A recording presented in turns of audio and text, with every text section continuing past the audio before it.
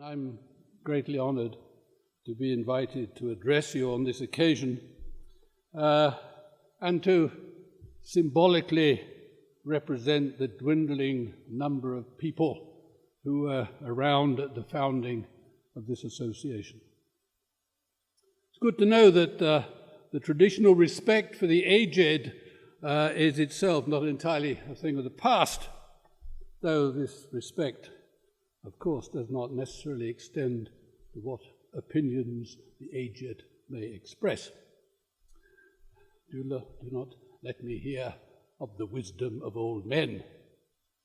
And I don't claim that wisdom is what you're going to have, what you're going to hear. What you are going to hear are my own personal retrospective take on applied linguistics. And what I'm concerned with here, and have long been concerned with, is the question of what applied linguistics is or should be all about. And it's an old and debated question, much debated. What can I but enumerate old themes? But being old doesn't necessarily mean being irrelevant, which is, for those in retirement, a particularly comforting thought. So I bring up the theme again, if only that it might provoke some critical thinking about the activity that 50 years ago this association was founded to promote. What goes under the name of applied linguistics is indeed diverse, but there is a general agreement that it has two distinguishing features. One is that its purpose is to engage with problems to do with language that are experienced in the real world. The other is that the means to achieving this purpose are essentially disciplinary, and not only in reference to the discipline of linguistics. Perhaps uncontroversial to claim that applied linguistics, in becoming more interdisciplinary, is better prepared for the principled handling of a range of distinct types of real-world issues and more critically aware of its methodologies. The assumption here is that the more disciplinary you are, the better prepared you are to handle real-world issues. And it's this uncontroversial claim that I want to consider. When BAAL was first founded, these issues were predominantly to do with the pedagogy of second or foreign language teaching. Since then, of course, the range of issues thought to be amenable to applied linguistics handling has extended considerably. And as Jim Lantorf puts it, the field has come a long way since its early focus on the teaching and learning of languages beyond the first. This rather suggests that the early focus was a feature of the fledgling stage of applied linguistics before it took wing into interdisciplinarity, and so by definition extended its preparedness to handle a wider range of problems, and of course at the same time had the desirable consequence of enhancing its institutional status as an academic field of inquiry. Nevertheless, at the risk of seeming to be out of date, my focus will be on how the discipline of linguistics has informed the applied linguistics of language teaching, and how far this substantiates the belief, assumed to be self-evident, that there is a unilateral dependency relationship between interdisciplinarity and the handling of real-world issues. The field has indeed come a long way since its earlier years, and what I want to do is to go back and trace at least one of the paths it has followed, identify certain milestones and landmarks along the way, the roads taken and the roads not taken in the developments in language teaching that have claimed an applied linguistic endorsement back then to the past. Back beyond the momentous event of the founding of BAAL 50 years ago, back to 1957. Another event even more momentous in its effect, the publication, as everybody knows, of a slim volume called Syntactic Structures by an obscure young linguist called Chomsky. What is perhaps less well known is that in 1957 also was the year of publication of another work, rather less slim a volume, entitled Papers in Linguistics, by a much older and then celebrated scholar, J.R. Firth. Now, although these two books appeared at the same time, that's just about the only thing they have in common, for though both are concerned with defining the discipline of linguistics, they do so in radically different, indeed disparate ways. And I shall argue that this disparity has been carried over into subsequent developments in applied linguistics. Chomsky's definition of linguistics is, as you will know, as he himself recognizes, the traditional one proposed some 40 years earlier by de Saussure, namely the study of the formal properties of language abstracted from the actuality of their use, what he called I-linguistics later. For Firth, on the other hand, linguistics is essentially all about developing a theory of how language is put to contextual use. It's the study of linguistic events in the social process, and as such is directly opposed to structural formalism, which he says, Firth says, reduce language to a system of signs placed in categories. Firth's own formulation of such a theory in his 1957 publication is far from clear. And as one of his students and disciples, indeed, Palmer, remarks, given that the theory, Firth's theory, supposedly represented in Papers in Linguistics, is so elusive of description, apparently so susceptible to variable interpretation, even by those most closely acquainted with it, it's not to be wondered at that it succumbed to the invading force of a new theory, so explicitly propounded by Chomsky in Syntactic Structures. This invading force scored a notable success in 1964 by capturing the Firthian stronghold in Edinburgh with the appointment of John Lyons, a Chomsky sympathizer, one may say, to the newly founded chair in general linguistics. At the same time, I may say, as Pitt Corder, the first chair of BAAL, became head of the newly named Department of Applied Linguistics. But 1964 was also the year of publication of Halliday, Mackintosh, and Strevens, The Linguistic Sciences and Language Teaching, the culmination of the activities that Halliday and his colleagues in the previously named School of Applied Linguistics had, following the Firthian line, carried out over the 5 years after its founding in 1957. So, 5 years since the publication of Syntactic Structures. The description of the linguistic sciences in this 64 book showed no sign of any invasive influence of the new theory. The Linguistic Sciences and Language Teaching was a highly influential book at the time. It was taken as a kind of applied linguistic manifesto. Its very title explicitly relates the two supposedly distinctive features of applied linguistics and indicates the subordinate order of their relationship. Its title is The Linguistic Sciences and Language Teaching, and not Language Teaching and Linguistic Sciences. It's clear where the emphasis is meant to lie. And this is how the relationship is described in that book. the language teacher is not teaching linguistics, but he is teaching something which is the object of study of linguistics and is described by linguistic methods. It's obviously desirable that the underlying description should be as good as possible, and this means it should be based on sound linguistic principles.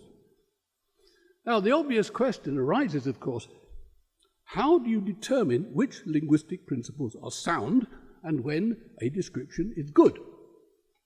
As we've seen, Firth and Chomsky had diametrically opposing ideas about what the object of study of linguistics should be. For the one, it's the formal features of the linguistic code. For the other, how language is put to contextual use.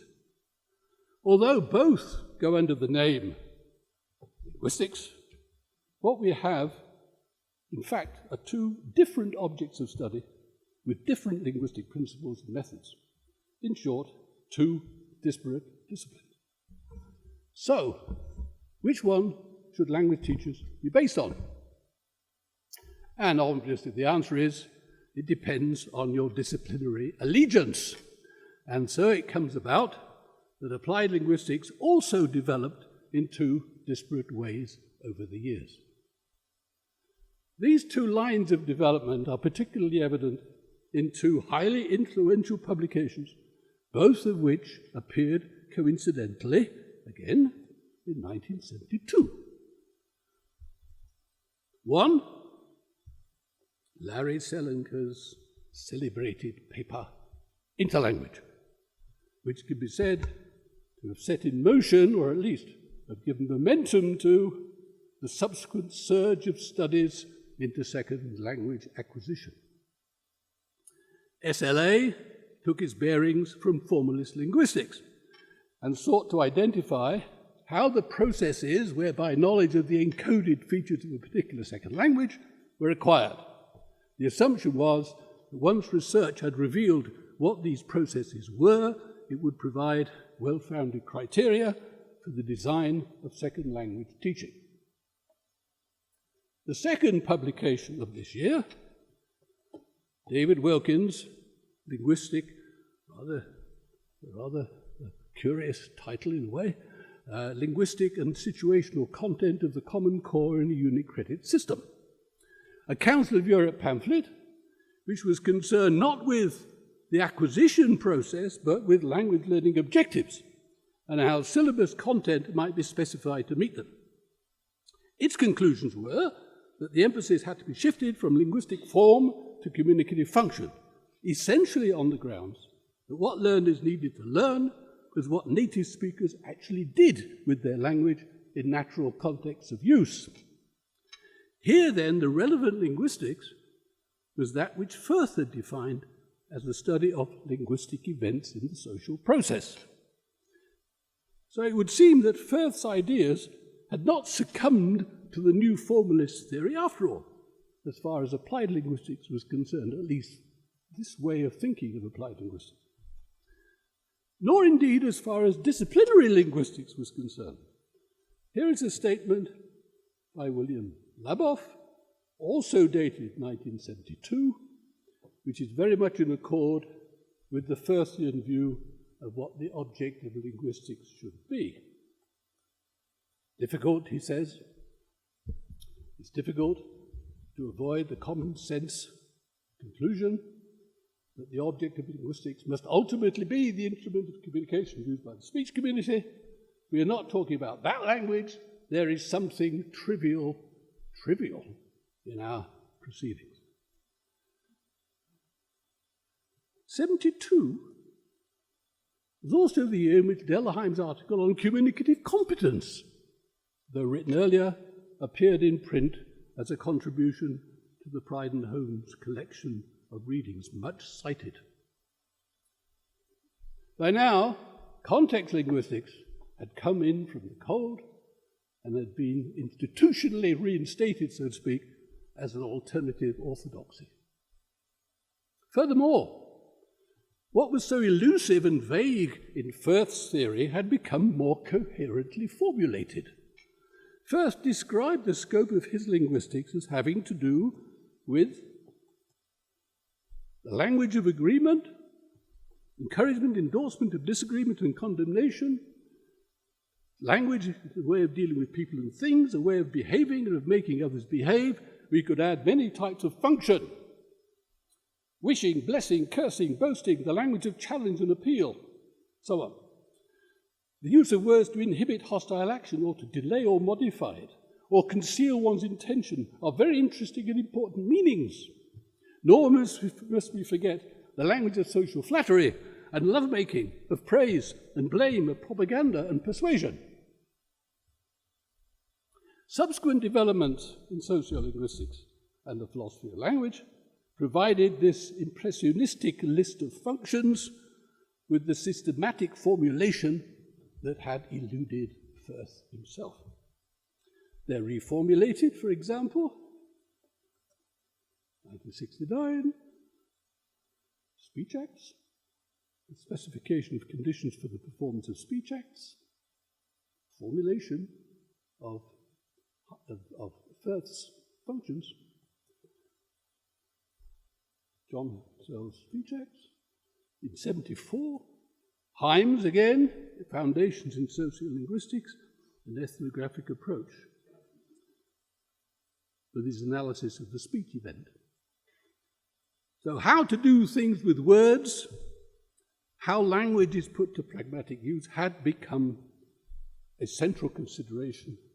Context linguistics had been given the prominence that Firth had long ago argued for. What the Council of Europe proposals in 1972 and subsequent development in communicative language teaching were based on was the restoration of a contextual definition of linguistics. In 1979, for example, extracts from the writings of Himes and Halliday are cited as the theoretical background in the well-known book, Rumpert and Johnson, Communicative Language Teaching. There they are, side by side, Halliday and Himes, as providing the endorsement, so to speak, of communicative language teaching. Meanwhile, study along the other line of applied linguistics, SLA, following an entirely different theoretical principles of Chomskyan code linguistics, was proceeding apace in a proliferation of publications, getting institutionally established as a disciplinary field of inquiry in its own right. For some people, applied linguistics was SLA. Now the question obviously arises, which of the two disciplines exemplify the sound linguistic principles which language teachers should follow? As we've seen, the two have historically been at loggerheads. How then can applied linguistics reconcile the disparity between them and bring them cooperatively together in the realization of what is said to be the other defining feature of applied linguistics, the dealing with real-world problems? In the case of second and foreign language teaching, how can the language subject be so designed that the language is both representative of the communicative use of its native speakers and at the same time selectively organized so as to correspond or at least be consistent with the natural process of acquisition as revealed by SLA research? It seems obvious that there's a disparity here that needs to be resolved if there is to be any real engagement with the real-world pedagogic issues that language learners and teachers are confronted with. So, what does this retrospective view reveal about the role of disciplinarity? What, after all, does it mean to be disciplinary? Disciplines of their very nature deal in abstractions, categorizations. They categorize underlying commonalities by disregarding particularities. This necessarily puts them at a remove from experience reality. They can only provide insights by restricting the view. The two disciplinary versions of linguistics are abstractions which offer restricted views of different kinds. What they do is to identify general dimensions of language knowledge and behavior by disregarding the variables of individual experience. Their validity, indeed, depends on the elimination of these variables. For the more a discipline seeks to account for actual experience, the less explanatory does it become. The main charge that context linguists level at code linguists is that the code linguistics, these abstractions are remote from how language is actually experienced. But context linguists can't escape from abstraction or some degree of remoteness from user experience either. Firth's objection to Saussure was that he defined language in terms of abstract systems, whereas, he says, this is Firth, actual people, do not talk such a language. However systematically you talk, you do not talk systematics. True, but no linguistics can account for what actual people do. Similarly, Chomsky's formalist linguistics has been attacked on the grounds that it's based on the fictional existence of ideal speaker-listeners and homogeneous speech communities.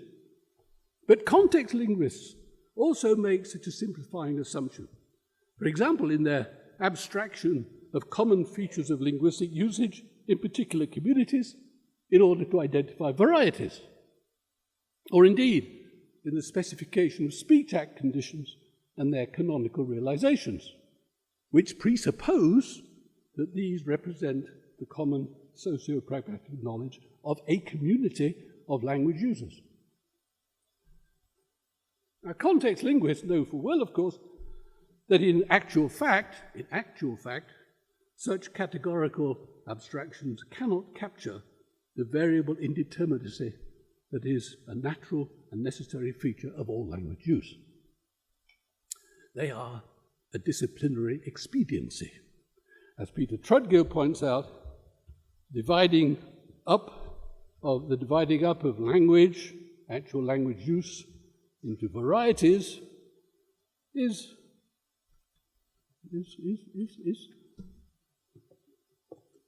most often linguistically arbitrary.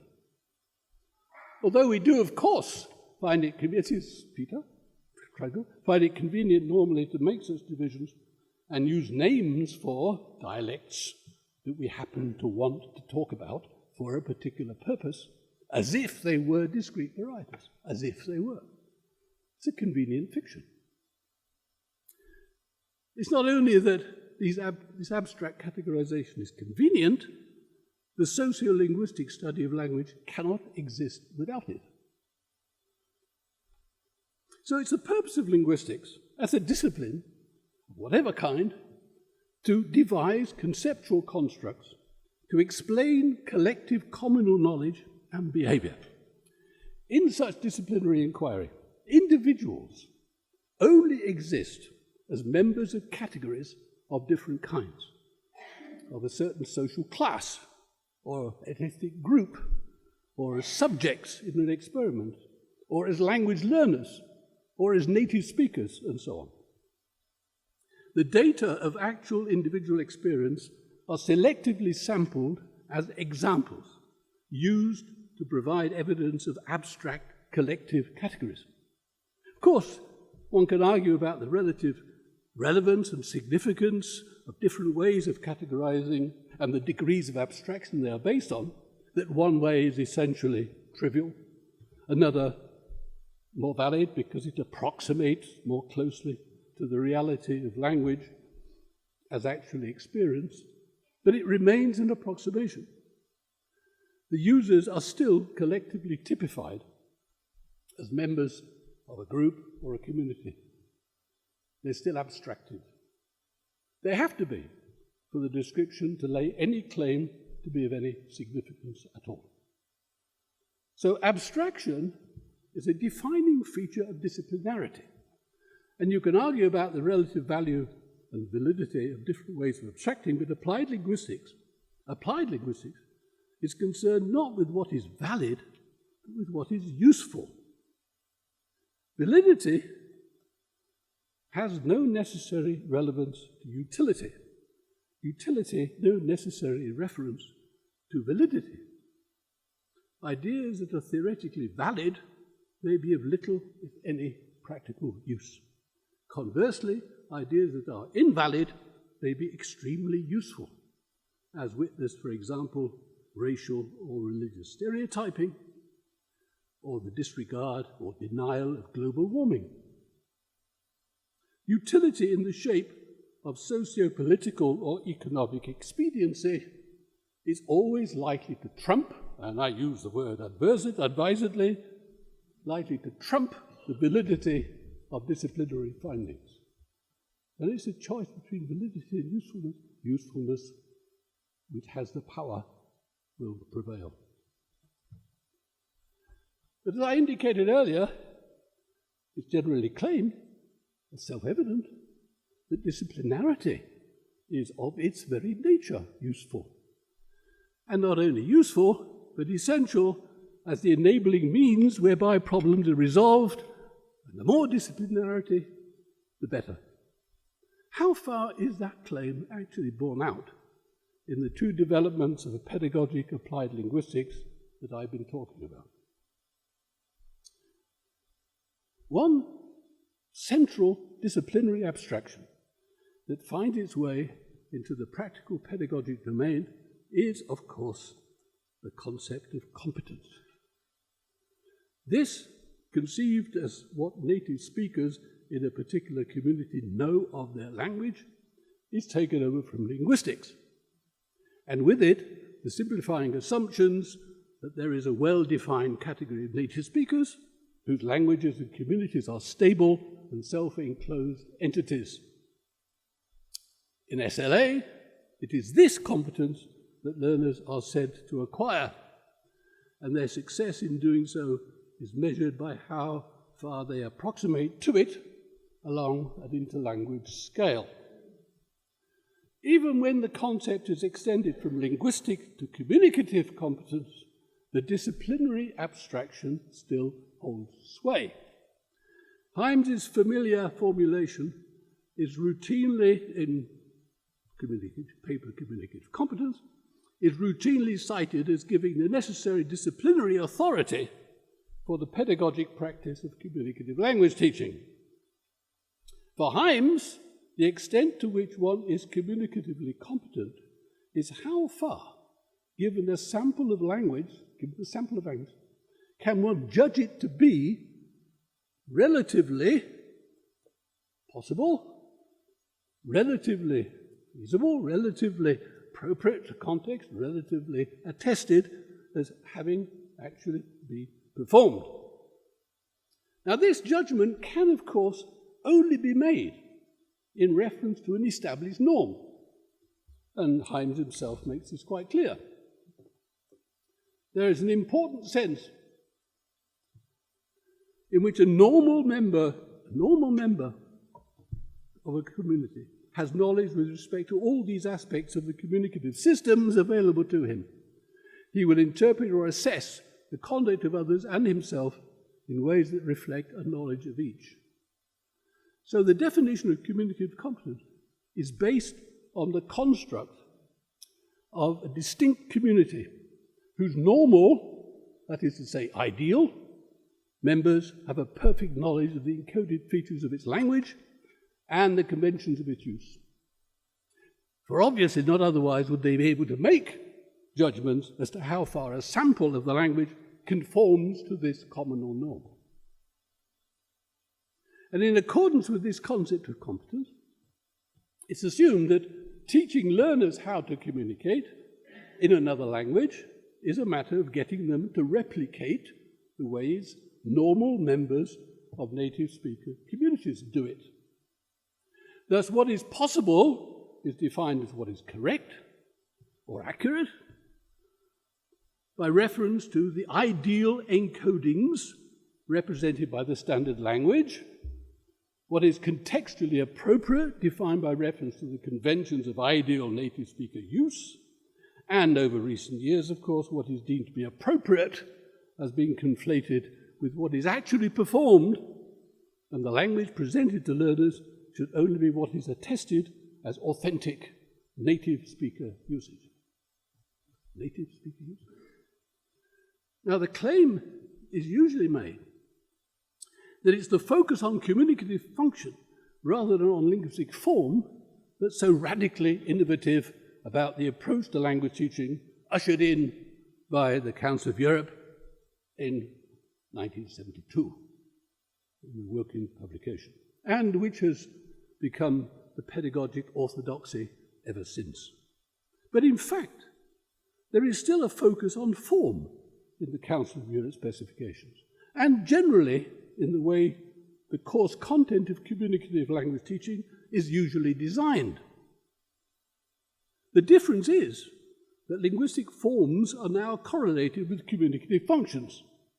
Thus, learners are taught that if they want to perform particular communicative acts, there are certain linguistic forms that can be reliably used as suited to that purpose, and that communicating appropriately depends on producing the forms correctly.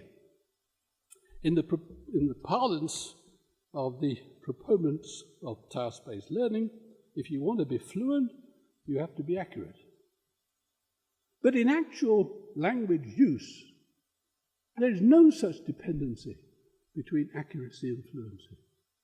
Appropriateness is determined by variable contextual factors, and so communicative function is not inscribed in particular encoded forms.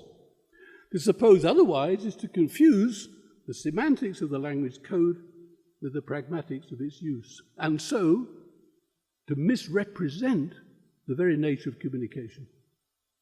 Communicative language teaching, defined along these lines, is not actually concerned with how language actually functions in communication, but only with the normative stereotypical form that communication would take in a particular community of idealized native speakers.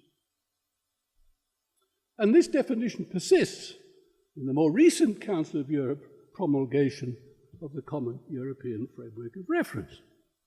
This, like the threshold level some 50 years earlier, is based on the same concept of competence, but also, of course, provides specifications for measuring how far learners have got in acquiring it.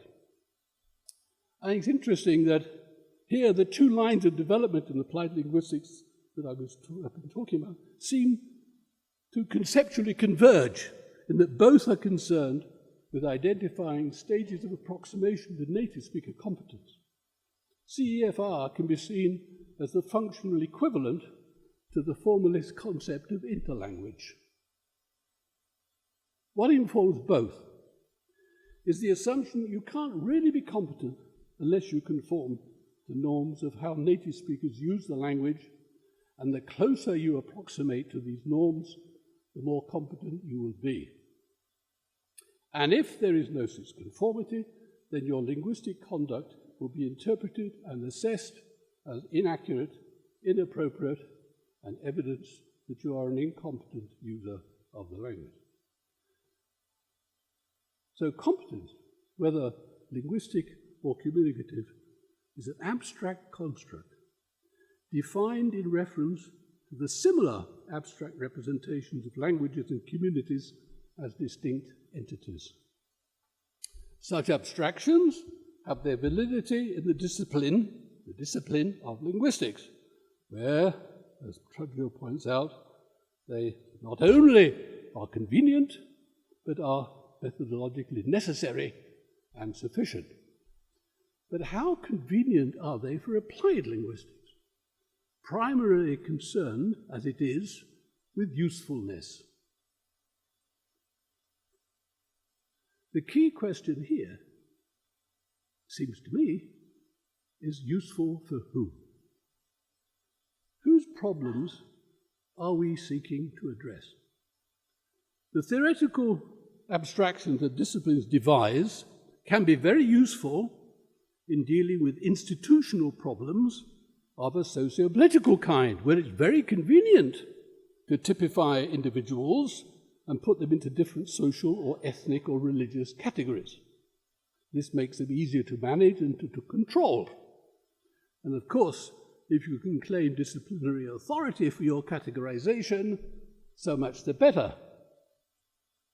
In the case of foreign second language teaching, the construct of native speaker competence solves the problem of what is to be taught and what therefore is to be tested. And this is very convenient for course designers and policymakers and publishers because it gives them something definite to prescribe for teachers to teach, well documented by standard works of reference. It is, of course, especially convenient in the case of English, in that it sustains the highly profitable ELT industry, the peddling of ELT goods and services, which it is assumed native speakers are uniquely qualified to provide.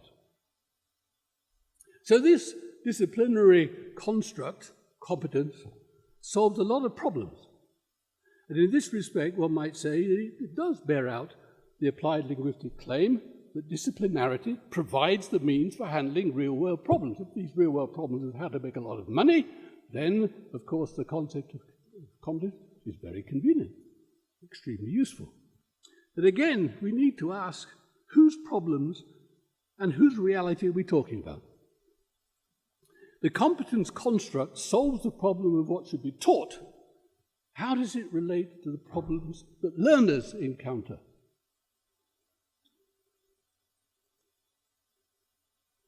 In this orthodox conception of the foreign or second language subject, learning is taken to involve conformity. What is learnt is given credit only to the extent that it corresponds with what has been taught. If it doesn't correspond, it doesn't count as learning, but on the contrary, is seen as failure. Language assessment is based not on what has been learnt, but on what has been taught. And why, one might reasonably ask, why is it that in spite of the teacher's best efforts and all the various methods and approaches that have been proposed over the years, why do learners still persistently fail to conform? What's their problem? What's their problem? It's clearly not been solved, or indeed even addressed, in the competence-based developments and applied linguistics that I've been discussing. The main problem for learners, I suggest, is essentially pedagogically imposed, because their learning is actually impeded by the very teaching it's meant to promote. The language they're confronted with is an abstract construct, dissociated from their own experience. And this dissociation is emphasized by the customary practice of monolingual teaching. This has the alienating effect of making the foreign language even more foreign. Attempts by learners to reduce its foreignness by relating it to their own language are seen as interference in the approved process of competence acquisition. These so-called errors may be tolerated as interim failures, but ultimately these learning non-conformities need to be corrected if the objective of teaching is to be achieved. But in producing these non-conformities, widely supposed to be defective characteristics of learner language, learners are actually doing what all language users do. They're drawing on and adapting whatever linguistic resources are available to them to get their meaning across. So as users of their own language, learners quite naturally seek to link the foreign language with the one they're familiar with by appropriating it as an additional resource in the essentially multilingual process of extending their communicative repertoire. In this way, they familiarize the foreign language and make it a reality for themselves. Meanwhile, the teacher is striving in vain to get them to replicate the ideal irreality of native speaker users, thereby denying this natural learning and using process by getting learners to conform to an artificial construct and so acquire a separate monolingual competence to add to the one they've already got. In enforcing them to conform to how native speakers supposedly communicate, so as to replicate their competence, the teacher, in effect, inhibits learners from learning how to use the language as a communicative resource, and so to develop their general lingual capability. So what we get is, I think, a glaring disparity between natural multilingual learning and the enforced imposition of monolingual teaching, which effectively reduces learners to teachees. No wonder they have a problem. Now, if applied linguistics is to engage with learners' problems, rather than define them from a teaching point of view by reference to a disciplinary linguistic construct as having to do with failure to conform to a prescribed competence, we need to consider how a foreign or other or second language looks from a learner's point of view. How languages are learned, to use the title of a well-known book, is what SLA, the other line of applied linguistics I've talked about, is all about. But again, the language to be acquired is defined in competence terms, and the acquirers abstracted into a general category of second language learners, as if all learners learn in essentially the same way, and all second languages were essentially alike in being second. But if we consider the real world, again, we do not and cannot actually know how languages are learned, because just as languages are diverse, so is the learning of them diverse. A second language is foreign, but the nature of the foreignness crucially depends not only on how it relates to a familiar first language, but also on how the second language itself is perceived. And I'm not just referring to language distance, the extent to which the code of the two languages are alike, but more significantly to how learners seize the role and status of this second language in relation to their own. What added communicative value it has to offer, how prestigious is the achievement in acquiring it. It's obvious, for example, the foreignness of, say, Turkish in Germany is not at all the same as it is in, say, Bulgaria or Greece. Russian is not foreign in the same way as English is in the Ukraine, and so on. So attitudes to the otherness of the foreign language will depend on various factors which have to do in Bourdieu terms with economic, cultural, social, and symbolic capital. Think of the symbolic capital, for example, that's associated with Arabic in the contemporary world, and what effect that has on who is learning it. In the case of English, the dominant factor is likely to be its economic value. Put up Bourdieu. And the question then arises as to how far this can be dissociated from its cultural and social capital as a native language and from its symbolic capital as the language of neo-colonial oppression, and so serve as a relatively neutral means of communication. In other cases, the foreign language may be closely identified with the culture of its primary community of speakers, and this might lend a language a symbolic prestige, or on the contrary, give rise to prejudice against it. Just as individuals variably accommodate to each other, so learners variably accommodate to the second language, converging where they can identify with it, diverging where they cannot. And it's this accommodation process that results in the multilingualism of their learning. So how learners conceive of the foreignness of the L2 has an obvious effect on their motivation. It also, however, regulates what features of the language they're disposed to acquire. If they seek to appropriate the second language by reference to their own experience of language, they will be naturally inclined to focus attention on what is communicatively salient. But many of the formal features they are required to learn have little, if any, communicative value. They're conventions of ideal native speaker usage, which, like received pronunciation, are deemed to represent the norms of what is socially correct linguistic comportment. They're essentially matters of etiquette.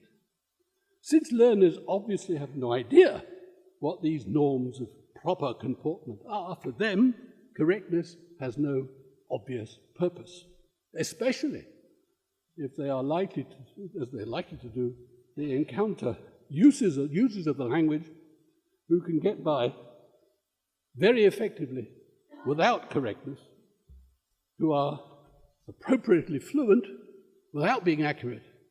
Other users that learners interact with on social media, for example, or celebrities they admire and wish to emulate, who will not be necessarily producing correct English. These users are likely to be much more real and therefore more influential as role models than an ideal model of competence which is remote from their experience. Not surprising that teachers have such a hard time trying to impose it upon them. So what and how learners process another language depends on their conception of its foreignness. It necessarily means that the process will be locally variable and context dependent. This, of course, is counter to a teaching-imposed competence-based concept of language learning derived from the discipline. But it's this concept that currently predominates.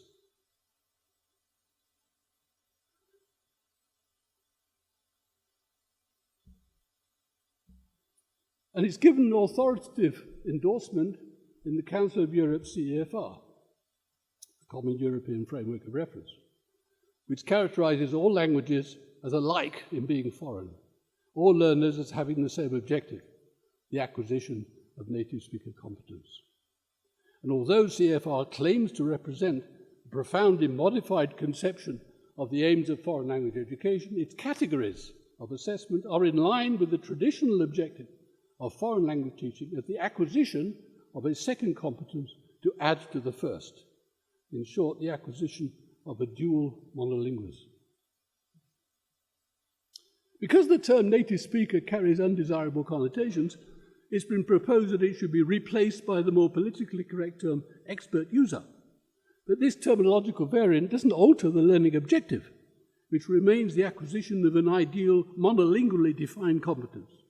There is no recognition that expertise is not an absolute but relative quality, not a matter of how closely learners might approximate to an ideal competence along an assessment scale, but how far they can use the resources of the language effectively as appropriate to their communicative purposes.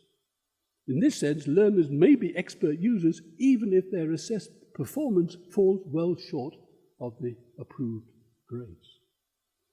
So it's this categorical competence conception of language teaching. It's very convenient for so-called stakeholders like policymakers, educational administrators, publishers of tests and teaching materials. But it's at the cost of misrepresenting the processes of natural learning, use and learning. What this suggests for language pedagogy, I would argue, is the need for another reversal of dependency whereby teaching conforms to learning rather than the other way around. Of course, as I said earlier, how particular users and learners experience language is ultimately an individual matter.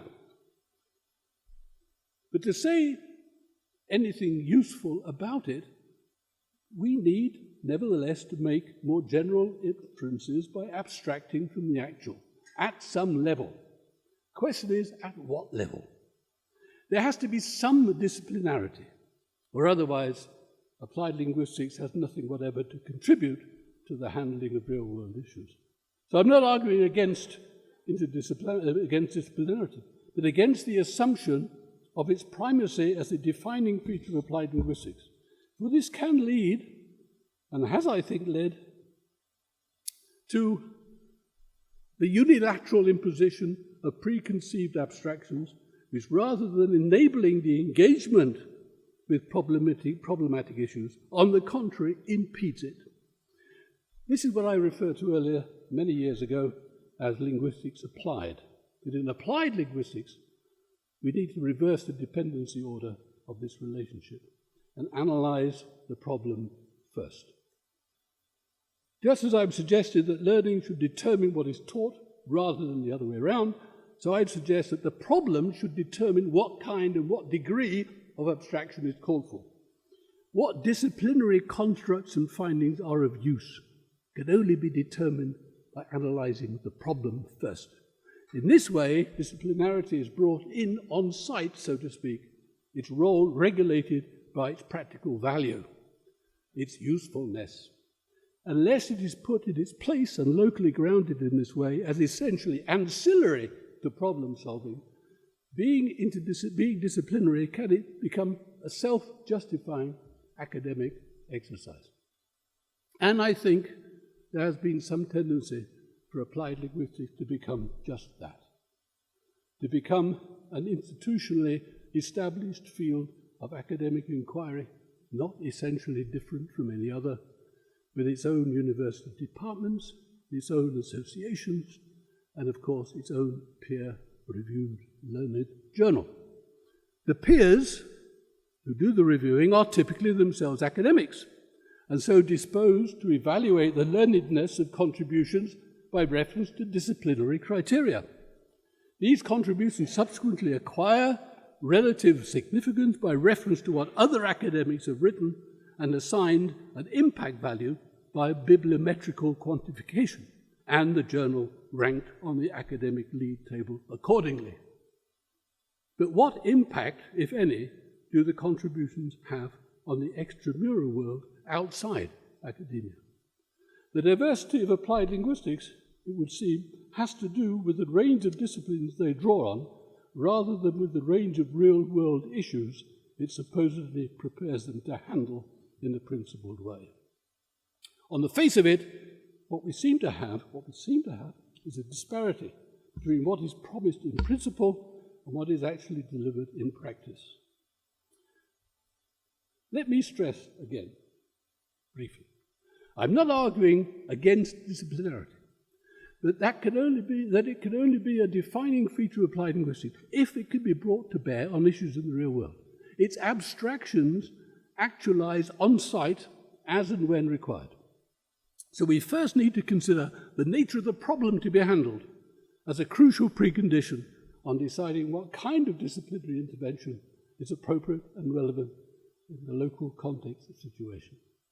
Context of situation. Here we return to our friend J.R. Firth. This was essentially his schema for the description of contextual language. He never managed to develop this schematic construct into a systematic and coherent theory, and so it's wanting validity.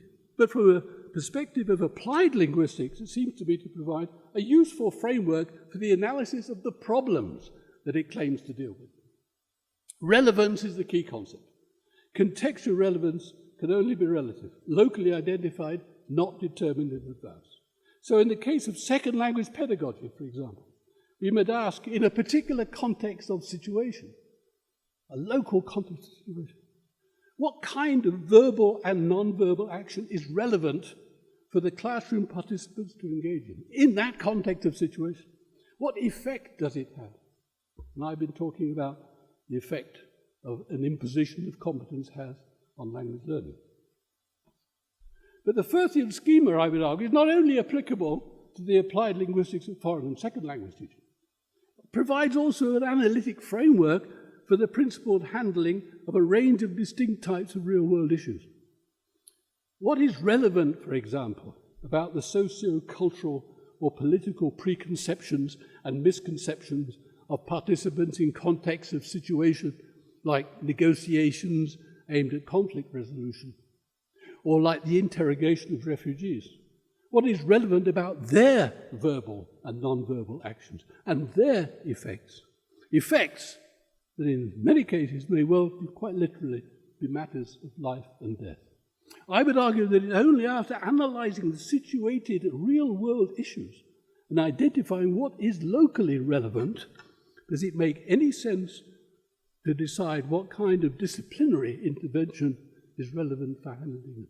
One can't presuppose disciplinarity, or what kind is relevant. Back then to Firth, and to 1957. It's of course true we've come a long way since then.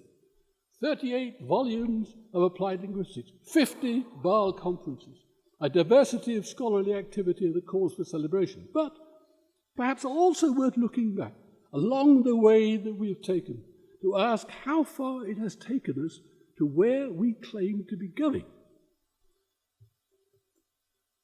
Diversity in applied linguistics is the conference theme. But what I've discussed, I think, raises questions and challenges